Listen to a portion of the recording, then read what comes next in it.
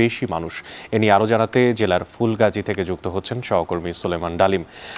ডালিম, এই মুহূর্তে আপনি যুক্ত হয়ে আছেন, একটু জানাবেন যে বিপদসীমার কত উপর দিয়ে আসলে পানি প্রবাহিত হচ্ছে, আর প্রশাসনিক বা কোনো ব্যবস্থা নিয়েছে কিনা স্থানীয়দের নিরাপদ আশ্রয় সরিয়ে নেওয়ার জন্য, কি দেখছেন সেখানে?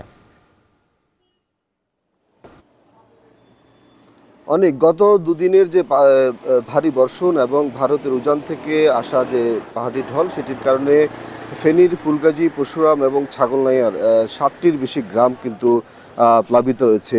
গতকাল রাত পর্যন্ত আমরা যেটি দেখেছি যে ফুলগাজীর মুহুরী নদীর পানি বিপদসীমার সর্বোচ্চ 200 সেন্টিমিটার উপর দিয়ে প্রবাহিত হয়েছে।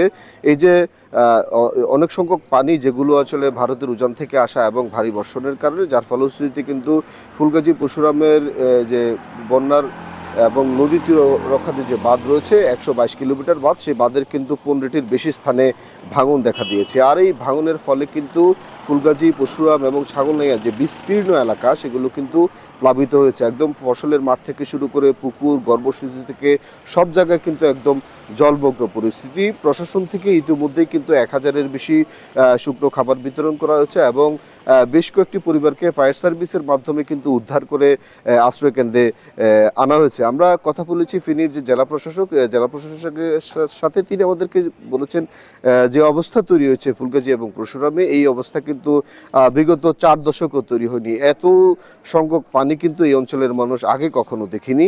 আর আমরা কথা বলেছি স্থানীয় যে সংসদ সদস্য, তার সাথে তিনি আমাদেরকে বলেছেন জরুরি ভিত্তিতে যেসব ব্যবস্থা গ্রহণ করার দরকার, সেটি কিন্তু তিনি পানি উন্নয়ন বোর্ডের সাথে কথা বলে সেই ব্যবস্থা গ্রহণ করছেন। এই নদীর যেসব জায়গায় ভেঙেছে সেসব মেরামতের জন্য তিনি কিন্তু নির্দেশনা দিয়েছেন। তো এই ছিল ফেনীর বন্যা পরিস্থিতির সর্বশেষ।